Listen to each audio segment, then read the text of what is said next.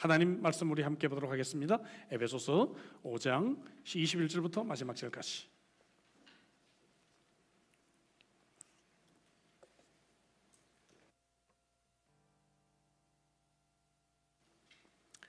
제가 봉독합니다. 그리스도를 경외함으로 피차 복종하라. 아내들이여 자기 남편에게 복종하기를 주께 하듯 하라. 이는 남편이 아내의 머리됨이 그리스도께서 교회의 머리됨과 같음이니 그가 바로 몸의 구주시니라. 그러므로 교회가 그리스도에게 하듯 아내들도 범사에 자기 남편에게 복종할지니라. 남편들아 아내 사랑하기를 그리스도께서 교회를 사랑하시고 그 교회를 위하여 자신을 주심같이 하라. 이런 것 물로 씻어 말씀으로 깨끗하게 하사 거룩하게 하시고 자기 앞에 영광스러운 교회로 세우사 티나 주름 잡힌 것이나 이런 것들이 없이 거룩하고 흠이 없게 하려 하심이라. 이와 같이 남편들도 자기 아내 사랑하기를 자기 자신과 같이 할지니 자기 아내를 사랑하는 자는 자기를 사랑하는 것이라. 누구든지 언제나 자기 육체를 미워하지 않고 오직 양육하여 보호하기를 그리스도께서 교회에게 함과 같이 하나니 우리는 그 몸의 지체임이라. 그러므로 사람이 부모를 떠나 그의 아내와 합하여 그 둘이 한 육체가 될지니 이 비밀이 크도다. 나는 그리스도와 교회에 대하여 말하노라. 그러나 너희도 각각 자기의 아내 사랑하기를 자신같이 하고 아내도 자기 남편을 존경하라. 아멘. 아멘. 날씨가 쌀쌀하지만 예배드리기에는 참 좋은 날씨입니다. 그렇지 않습니까? 여러분 이렇게 하나님께서 이 뉴사우스웨일즈 시드니를 안전하게 지켜주시고 여러분들 이렇게 만나서 예배드리는 이 행복이 얼마나 큰지 알 수가 없습니다. 계속해서 우리 예배 현장으로 나오고 있는데요. 완화 조치도 계속 더 주어지지 않을까 그렇게 생각합니다. 여러분 너무 반갑죠? 보고 싶었던 분들 또 사랑하는 마음들이 또 회복되는 것 같습니다. 우리 옆에 있는 분들 또 온라인으로 함께 연결된 우리 교우들 함께 인사했으면 좋겠습니다. 사랑하고 축복합니다.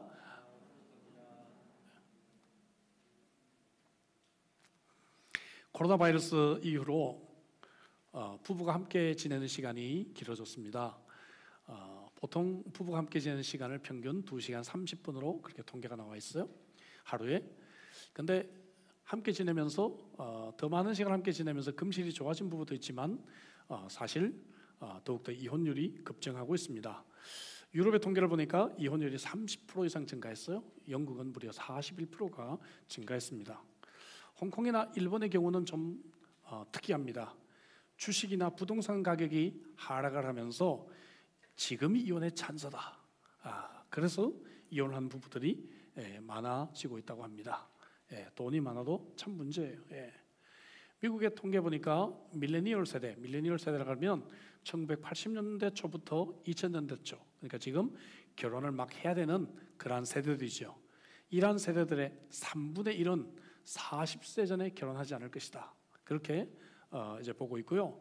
더더욱이 25%는 아예 결혼하지 않고 싱글로 살게 될 것이라고 하는 그러한 통계가 있습니다. 결혼이 위기입니다. 여러분 어떤 유머처럼 결혼이란 무엇인가? 결국 혼자가 되는 것이 결혼인가? 정말 이 결혼에 대한 위기를 사람들은 이야기합니다.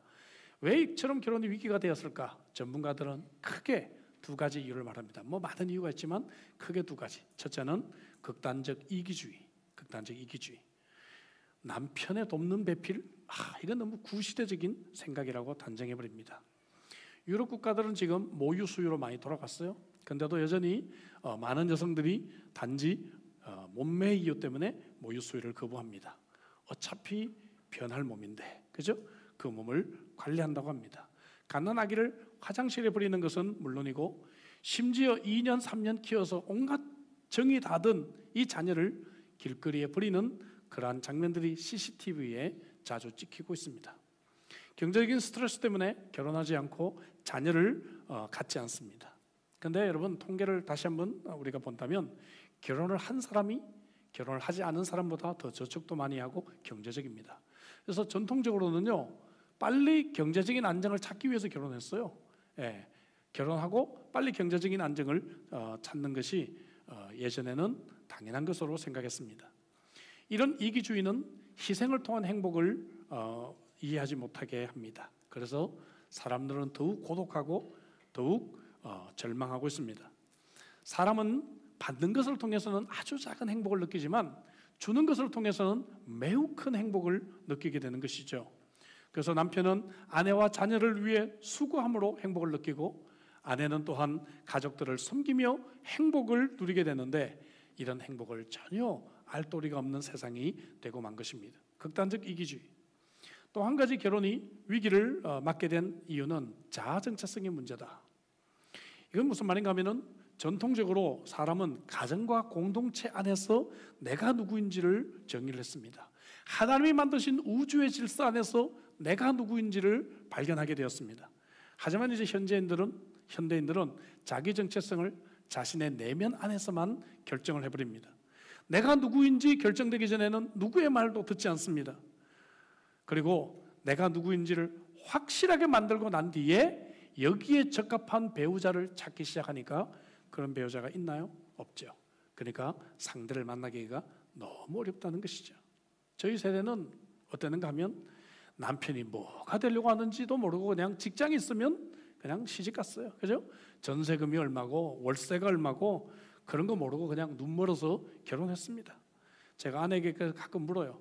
도대체 뭘 믿고 나한테 시집 왔냐고 제가 물어볼 때가 있습니다. 주머니에 20만 원밖에 없었는데 뭘 믿고 호주까지 따라왔냐고 제가 물어볼 때가 있어요. 전통적으로 그렇게 여러분 결혼하고 부부가 돼서 서로 버팀목이 되어주고 서로 도와주면서 함께 우리는 내가 어떤 사람인가, 그리고 우리 가정은 어떤 가정인가를 만들어가게 되었다는 것입니다. 그러나 말씀드린 대로 현대인들은 확실한 내가 확립되기 전에는 모든 관계들은 일시적인 관계가 되고 말아요. 근데 결혼은 쉽게 끝낼 수가 없잖아요. 결혼 끝내기가 얼마나 어렵습니까? 근데 결혼하기 어려운 것이죠. 더더군다나 자녀를 낳으면 이 자녀는 영원히 끊을 수 없는 관계가 되어버리는 것이죠. 그래서 이제 결혼을 어려워하게 되는 것이다 이거죠. 싱글로 오래 살면서 너무 외롭고 힘들어서 데이터 앱을 설치합니다. 그러면 3천만 명의 회원들이 기다리고 있습니다. 그러면 상대방의 신앙이라든지 가치관 혹은 인품 이런 것들은 전혀 알 도리가 없어요. 오직 알 수 있는 것은 키, 외모, 재산, 학력 이런 것밖에 알 도리가 없어요. 그러니까 인격체가 소비 상품으로 전락을 해서 쇼핑이 되고 마는 것입니다. 여러분, 과거에는 사귀는 사람을 내 가족이나 친구들, 교우들이 대체적으로 다 알 수가 있었어요. 그러니까 피드백을 들을 수 있었잖아요. 그런데 지금은 어떻습니까? 도대체 누구를 만나고 다니는지 부모도 알 도리가 없어요. 부모도 알 도리가 없는 그런 만남들을 하고 있다 하는 것이죠. 수많은 부부들이 오늘 이 본문을 설교로 들으며 결혼을 했을 것입니다. 저 역시 결혼 주례할 때 이 본문을 가장 많이 사용을 합니다. 오늘은 그래서 남편과 아내에 대한 이 말씀을 생각해 보려고 합니다. 에베소서를 다시 한번 정리해 보면 1장부터 3장까지는 하나님께서 예수 그리스도를 통해 죄와 허물로 죽었던 이 사람을 완전히 새로운 사람으로 만든 것에 대해서 말씀하고 있습니다. 뿐만 아니라 분열과 갈등의 인류를 완전히 새로운 공동체인 교회로 세우신 것에 대해서 계속해서 말씀을 했습니다. 4장부터 6장까지 뒷부분은 실천입니다. 그래서 새로운 공동체와 이 사회에서 그것에 맞는 이 삶의 기준으로 초점을 맞추고 있어요. 그 윤리적인 기준 두 가지, 하나는 하나됨과 또 하나는 거룩이었죠. 자, 그래서 우리는 새 사람을 입었기 때문에 사랑받는 자녀같이, 빛의 자녀같이 성령 충만한 삶을 살아야 된다 하는 것이 지난주까지의 메시지의 핵심이었습니다. 자, 오늘부터 에베소서의 마지막 섹션으로 들어오게 됩니다. 5장 21절부터 6장 20절까지입니다. 여기에서 우리의 삶에 가장 큰 영향을 미치는 관계에 대한 가르침을 주고 있어요. 자, 먼저 눈에 보이는 관계입니다.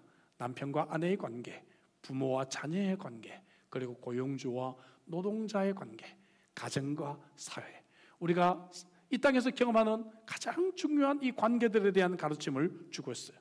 이렇게 말씀하고 난 뒤에 눈에 보이지 않는 관계, 영적인 싸움을 하는 이 마귀와의 이 관계에 대한 말씀을 마지막으로 우리들에게 가르치고 있습니다.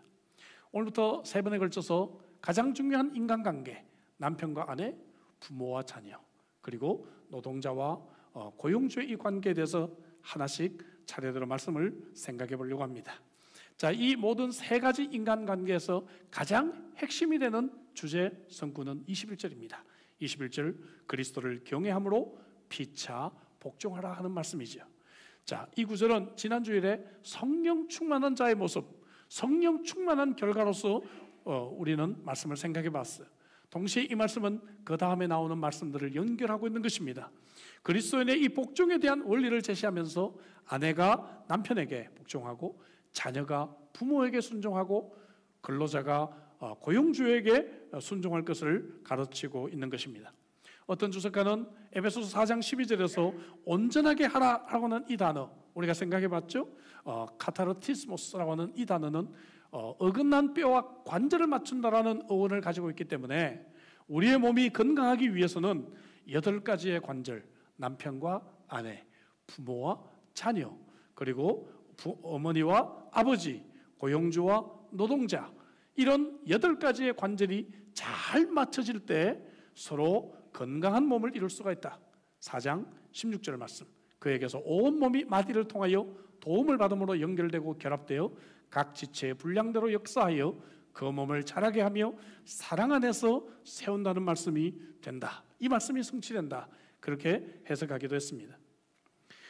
자, 말씀드린 대로 5장 21절부터 6장 9절까지 세 종류의 인간관계에서 가장 중요한 흐름은 권위와 순종에 대한 원리입니다. 권위와 순종을 말씀하고 있어요. 이런 단어들은 오늘 이 시대에 매우 불편하게 들리는 단어들일 것입니다. 복종이란 말을 들으면 화를 내는 사람도 많이 있을 것입니다. 우리는 특별히 과거에 인류가 여성들과 어린이들과 그리고 힘없는 사람들을 억압하고 부당하게 대우하며 복종을 강요했다는 사실을 우리는 인정해야 합니다.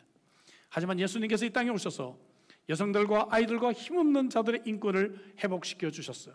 그래서 예수님을 믿는 새로운 이 사회는 더 이상 성별이나 나이나 신분을 초월한 평등한 공동체가 되어야 될 것을 말씀하고 있습니다. 에베소서보다 먼저 기록이 된 갈라디아서 3장 28절에 이렇게 말씀하고 있습니다. 너희는 유대인이나 헬라인이나 종이나 자유인이나 남자나 여자나 다 그리스도 예수 안에서 하나다. 여러분 아멘이십니까? 그래서 성별이나 나이나 신분을 초월한 평등한 공동체라는 사실을 성경은 우리들에게 가르칩니다. 자, 이렇게 모든 인간이 동일하고 존엄하고 평등함에도 불구하고 또 하나 우리가 할 것은 하나님이 부여하신 역할은 틀리다고 하는 것입니다. 하나님이 어떤 역할을 틀리게 하셨기 때문에 어떤 역할을 맡은 자들에게 하나님께서 그것을 잘 감당할 수 있도록 권위를 주셨다는 거예요. 권위를 주셨다는 것입니다. 어떤 사람이 지적한 것처럼 가치의 평등은 역할의 평등이 아니다 하는 것이죠.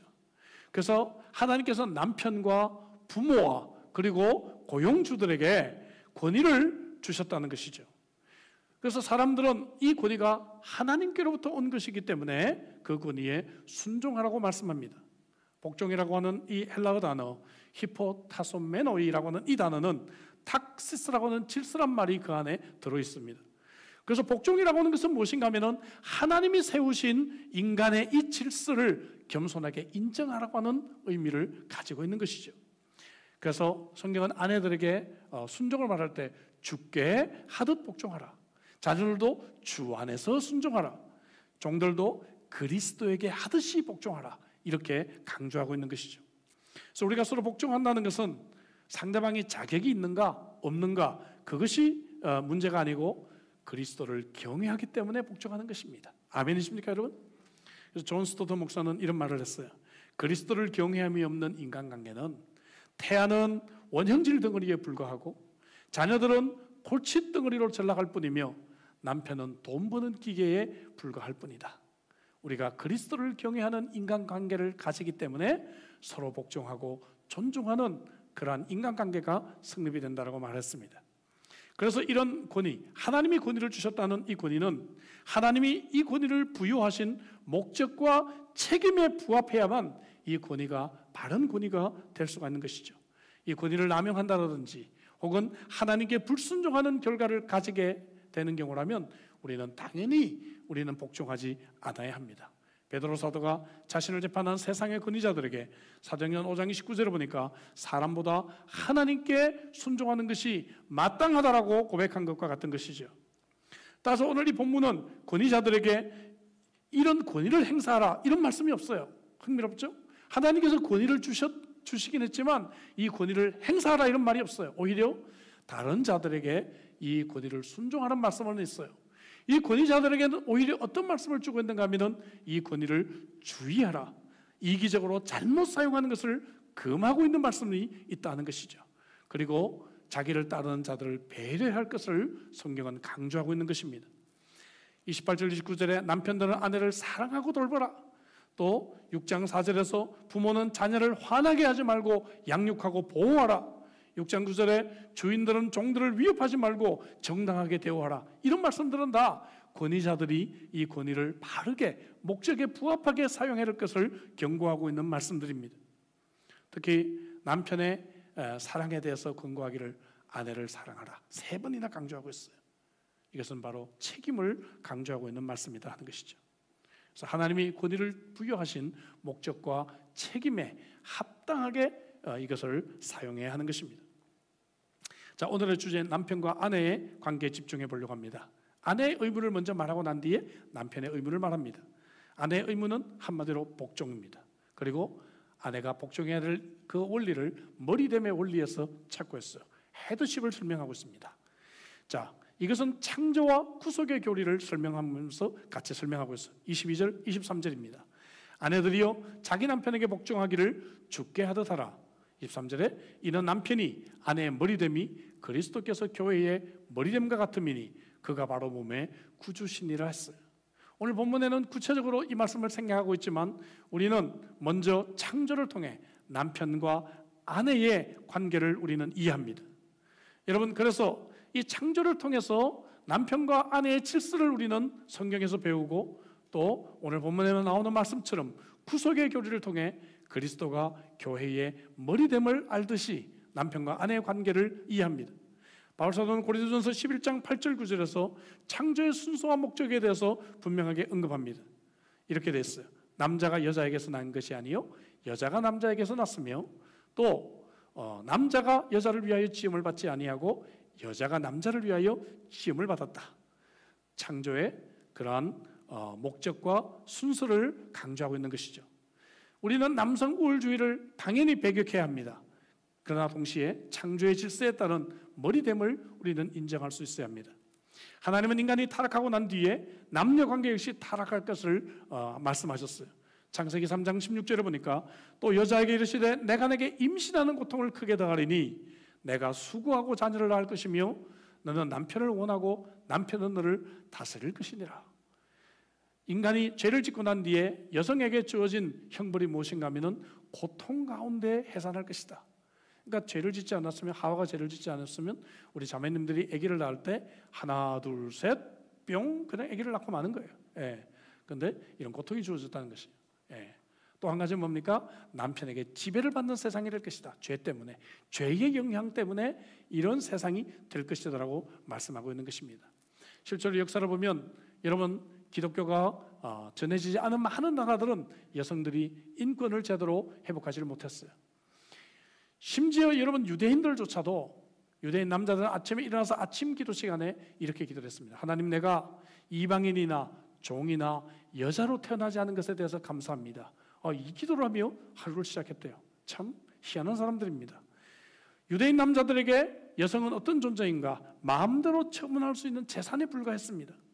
신약성경에 기록되었던 그 당시 헬라 문화가 지배하고 있었고 로마가 정치적으로 다스리고 있었는데, 헬라 문화나 로마 문화나 가정은 매우 비참한 그러한 상태였습니다. 모든 남성들에게 간음을 장려했습니다. 여성들은 집안의 노예에 불과했습니다. 이렇게 왜곡된 남녀관계가 세상을 지배하고 있는 이 시대에 그리스도 안에서 새롭게 창조된 이러한 남녀관계는 창조의 원리로 돌아가야 된다라고 성경은 우리들에게 가르치고 있는 것입니다. 이것이 바로 여러분 머리됨의 가장 기초예요. 두 번째, 그러나 하나님께서 만드신 남녀관계는 더 깊은 의미가 있어요. 그것은 남자와 여자를 협력의 관계, 파트너십의 관계로 만드셨다는 것입니다. 여러분, 협력이라는 말은 무슨 말이에요? 서로가 평등할 때 협력이 되는 것이죠. 그렇지 않습니까? 또 서로 필요로 한 것을 채워주는 보완이 있을 때 서로 협력이 되는 것입니다. 여러분, 하나님께서 남편이 가정에서 머리가 되게 하고 아내가 자발적이고 기쁨으로 남편에게 복종함으로 남자와 여자 모두 진정한 자아 발견과 자아 성취를 이루며 자기의 참된 역할을 찾게 하셨어요. 현대인들은 어떻게 얘기했죠?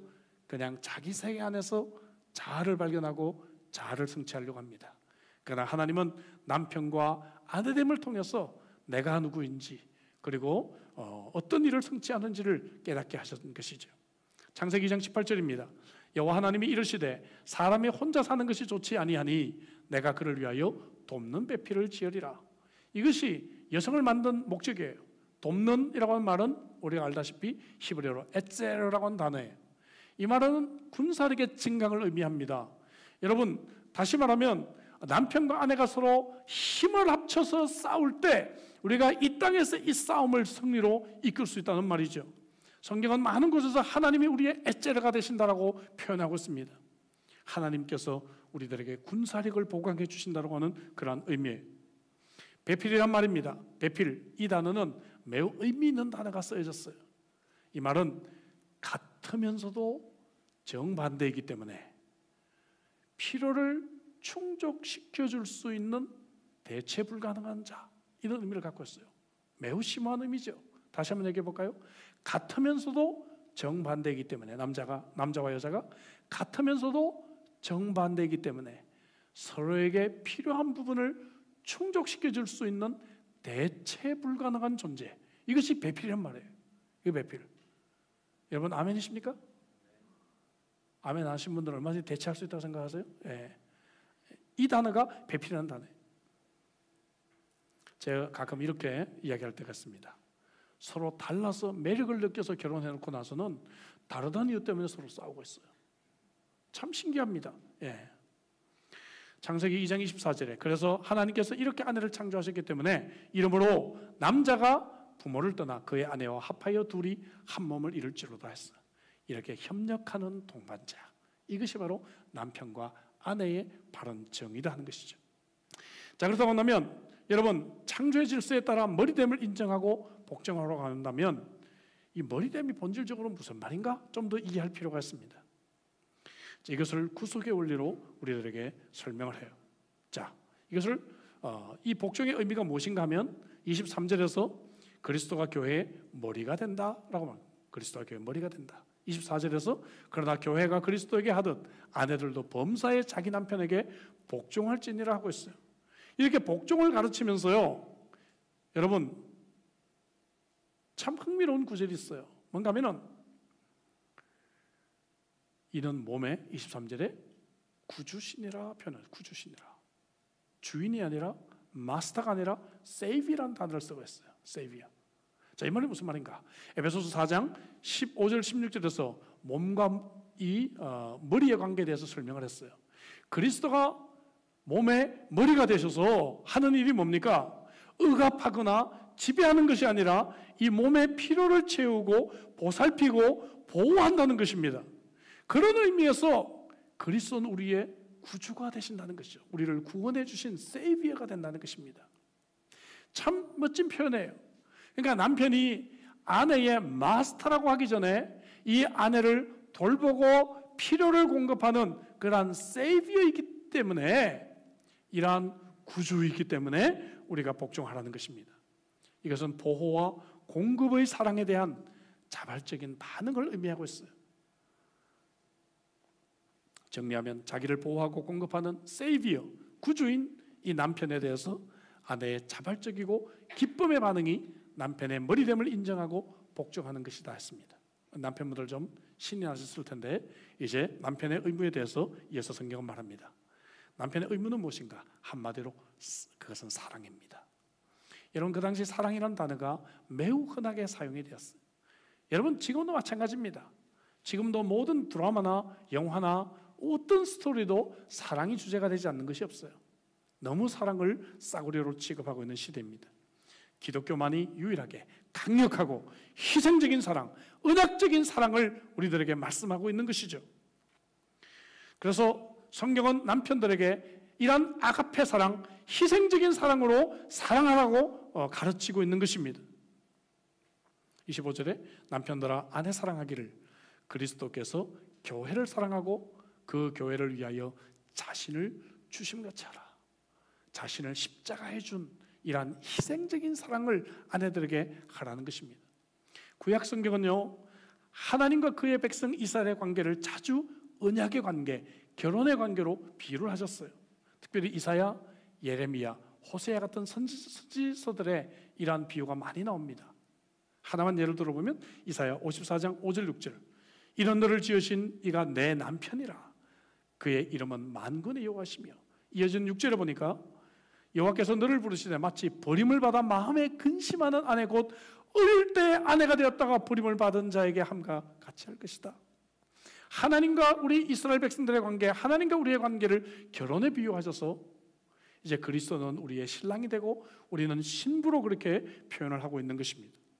예수님 자신도 마가복음 2장에 보면 자신을 신랑이라고 표현하셨고, 이 신랑을 뺏길 날이 올 것이다, 이 신랑이 너희를 위하여 십자가에 죽게 될 것을 예언하시기도 했습니다. 자, 여기 여러분 신부인 교회에 대한 신랑인 그리스도의 헌신을 5단계로 설명하고 있는 참 멋진 구절이 이곳에 나옵니다. 25절에 보면 먼저 우리를 사랑하셨습니다. 먼저 사랑했기 때문에 그 다음에 사랑하는 자를 위해 자신의 목숨을 주셨어요. 자신을 주셨다. 자신을 주심.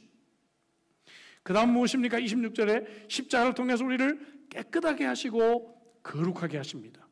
마지막 27절에 우리를 영광스러운 신부로 세우셔서 흠이 없는 모습으로 자신 앞에 세우실 것이다.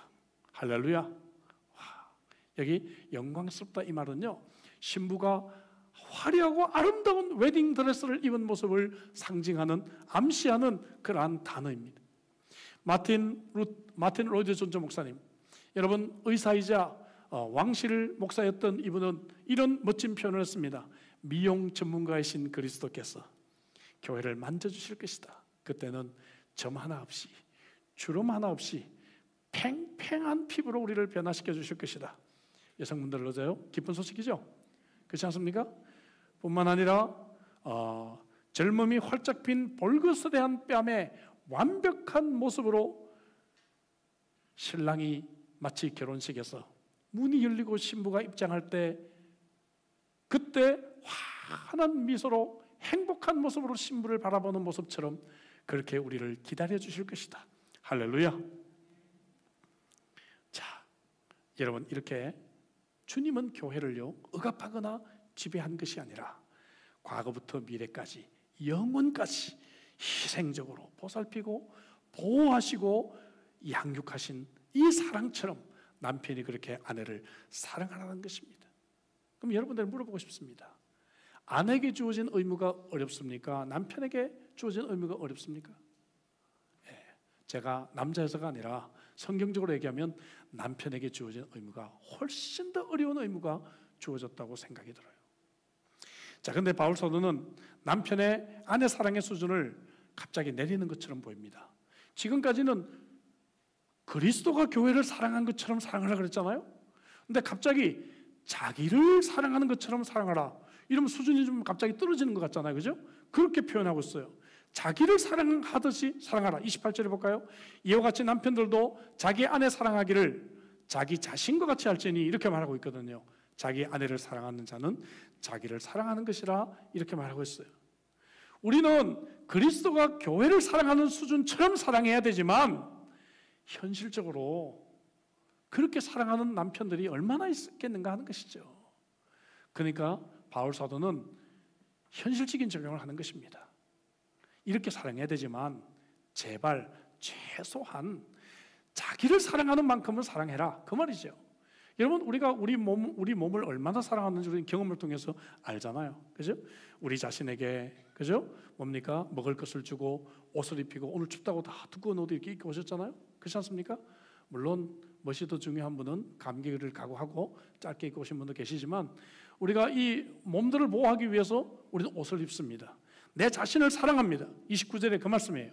누구든지 언제나 자기 육체를 미워하지 않고 오직 양육하여 보호하기를 그리스도께서 교회에 함과 같이 하나니 말씀하고 있어요. 그렇게 아내를 사랑하라. 왜냐하면 30절에 우리는 그 몸의 지체이기 때문이다. 아내와 남편은 한 몸이고 연합되어 있기 때문에 아내를 사랑하는 것은 결국 한 몸인 나 자신을 사랑하는 것이다. 예수님이 가르친 마태복음 7장 12절 그대로 남에게 대접을 받고자 하는 대로 너희도 남을 대접하라. 남을 대접하다 보니까 내가 대접을 받아요. 아내를 이렇게 사랑하고 대우하다 보니까 내가 내 자신을 사랑하게 되는 것이 되는 것이다 하는 것입니다. 이렇게 남편과 아내에 대한 명령을 하나로 연합시키면서 바울 사도는 그 연합의 비밀을 이제 정리합니다. 결론으로 맺습니다. 31절 32절에 그러므로 사람이 부모를 떠나 그의 아내와 합하여 그 둘이 한 육체가 될지니, 이것은 분명 부부의 성적인 결합을 의미합니다. 그 다음 32절에 이 비밀이 크도다 나는 그리스도와 교회에 대하여 말하노라. 부부의 성적인 결합을 그리스도와 교회의 비밀로. 33절에 지금까지 가르치신 아내와 남편의 의무를 요약합니다. 각각 자기의 아내 사랑하기를 자신같이 하고 아내도 자기 남편을 존경하라. 처음에는 복종과 사랑의 페어가 나왔다가 이제는 뭡니까? 존경과 사랑의 페어로 끝을 내고 있어요. 존경이라는 단어는 앞에 나왔던 경애라고 하는 단어와 같은 단어입니다. 여기서 아내들에게 복종 대신에 존경을 의미해요. 포베타이라고 하는 이 단어는 두려움, 경외라고 하는 뜻입니다. 하나님을 경외라고 할 때 이 단어가 자존이라는 의미입니다. 아내가 남편에게 복종하면 남편도 아내에게 복종해야 합니다. 남편이 아내를 이런 희생적인 언약적인 사랑으로 사랑하면 아내도 남편을 희생적인 사랑으로 사랑해야 합니다. 결국 이것은 다른 의무가 아니라 동일한 의무로 주어졌다는 것이죠. 우리가 그리스도 안에서 새 사람이 되었지만 동시에 우리는 타락한 본성을 여전히 가지고 있습니다. 그래서 결혼 생활이라고 하는 것은 무엇인가? 서로 희생이 필요합니다. 서로 조정이 필요합니다.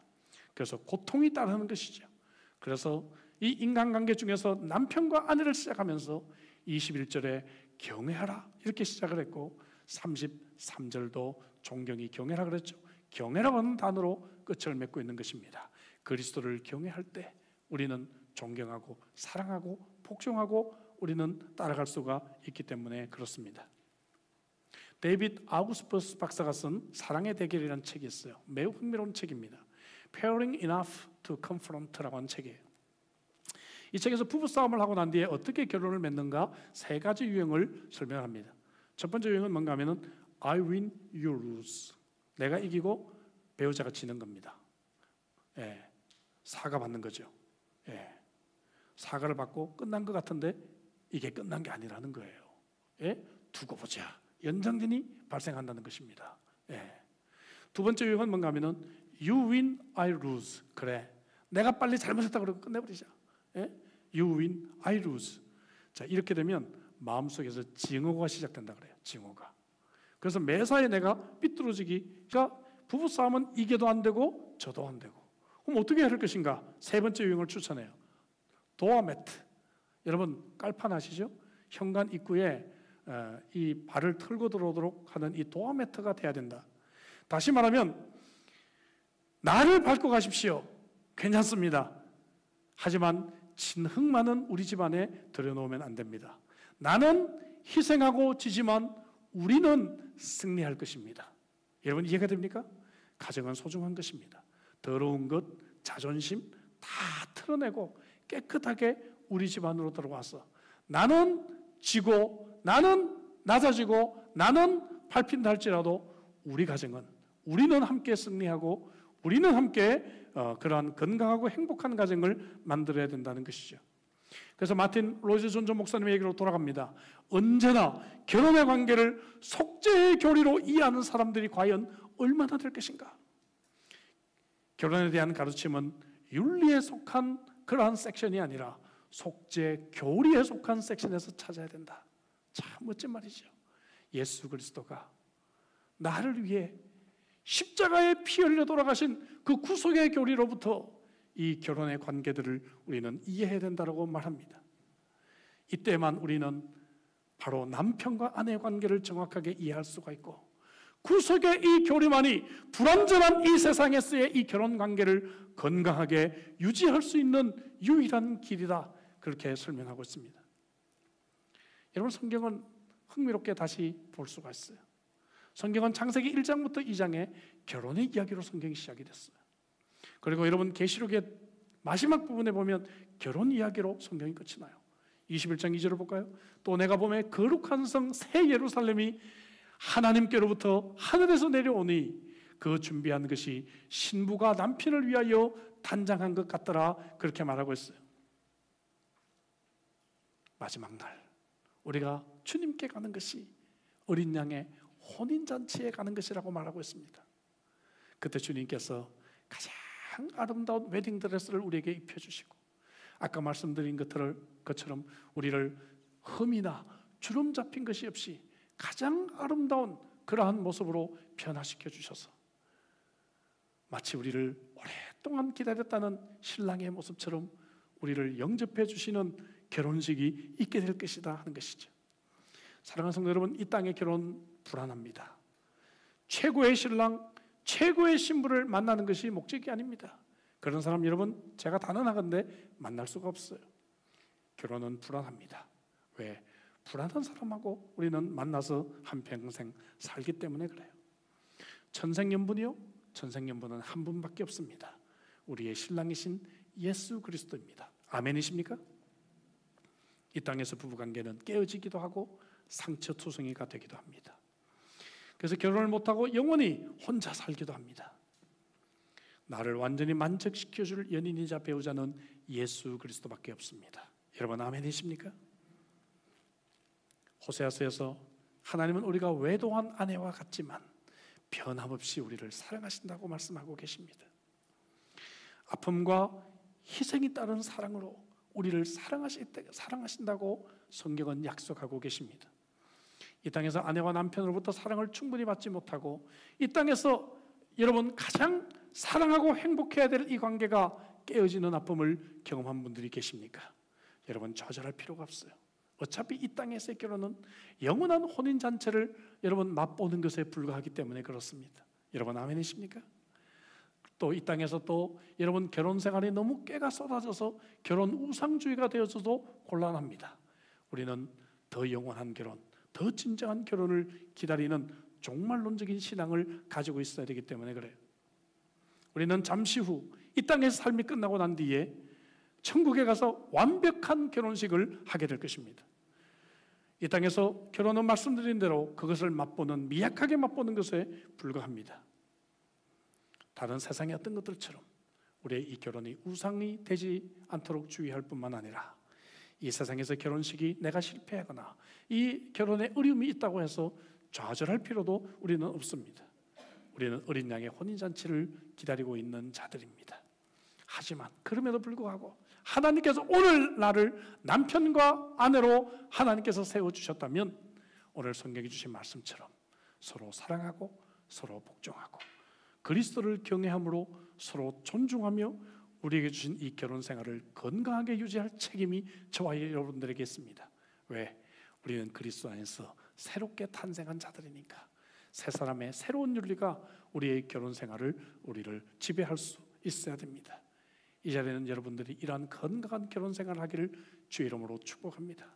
결혼 생활에 어려움이 있거나 혹은 이미 실패를 경험하거나 아픔이 있는 분들은 여러분 이 결혼 생활이 오히려 어린 양의 혼인잔치를 더욱 소망하는 그러한 은혜가 있기를 주의 이름으로 축복합니다. 기도하시겠습니다. 주신 말씀 가지고 우리 기도하도록 하죠. 이 땅에서 모든 관계는 하나님께서 우리들에게 질서를 위해서 권위를 주시고 그 권위들에게 순종하라고 말씀하십니다. 오늘날 참 거북하게 들리는 이러한 말씀들이 성경의 가르침입니다. 성별이나 나이나 신분을 초월해서 우리는 똑같은 인간의 존엄성을 믿고 있는 자들입니다. 그러나 하나님이 어떤 사람들에게 권위를 주셨기 때문에 우리는 질서를 받아들이는 그러한 순종을 우리는 해야 될 책임이 있습니다. 아내들에게 말합니다. 남편의 머리됨을 인정하라는 것입니다. 그것은 창조와 구속의 교리를 통해서 말씀하고 있습니다. 아내들이 결코 부족해서가 아니라 하나님께서 남편에게 가장 알맞는 어느 누구도 대체할 수 없는 파트너십으로 아내를 창조하시고 부르셨기 때문에 그래요. 그 필요를 충족시켜 줄 수 있는 대체 불가능한 자로 아내를 세워주셨습니다. 그래서 이제 이 남편이 마스터가 아니라 이 남편이 세이비어, 구세주의 이 원리를 가지고 보호와 공급의 이 사랑에 대한 반응으로 아내들은 복종합니다. 남편들에게 권면합니다. 언약적인 사랑, 희생의 사랑으로 사랑하라는 것입니다. 하나님은 결혼의 비유를 하시면서 그리스도가 우리를 먼저 사랑하셨고 아무 조건 없이 사랑하시고 그래서 우리를 위해 십자가에서 자신을 주셨다고 말합니다. 우리를 깨끗하게 하시고 거룩하게 하시고 우리를 가장 화려하고 아름다운 웨딩드레스를 입혀주시고 영광스럽게 흠이나 주름이 없는 모습으로 자기 앞에 세우시게 할 것이라고 말씀합니다. 여러분, 이런 사랑의 수준으로 아내를 사랑하라는 것입니다. 이런 수준으로 아내를 사랑할 수 있냐라고 남편들에게 묻고 있습니다.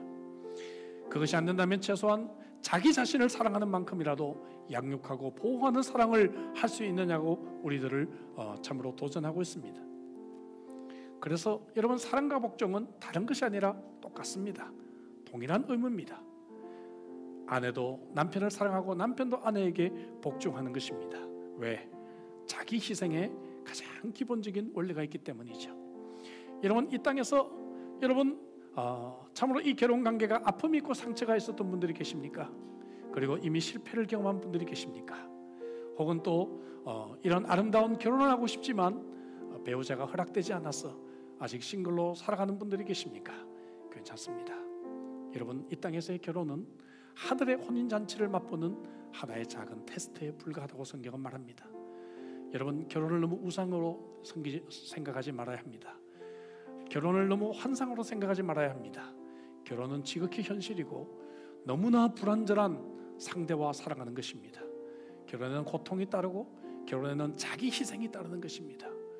여러분, 그래서 우리는 이 결혼을 통해서 그리스도가 이렇게 교회를 사랑했구나 하는 것을 알게 될 뿐입니다. 이 땅의 결혼 때문에 너무 마음 아파하지 마시고 어린 양의 혼인잔치, 그때 주님께서 우리를 완벽한 신부로 맞이하실 그날을 소망하십시다. 저는 그날이 기다려집니다. 여러분도 기다리시지 않습니까? 저와 함께 그 어린 양의 혼인잔치를 기다리며 여러분, 이 땅에서의 아픔과 눈물이 있는 이 결혼 생활을 우리는 지켜나가야 합니다. 왜? 우리는 새 사람이니까.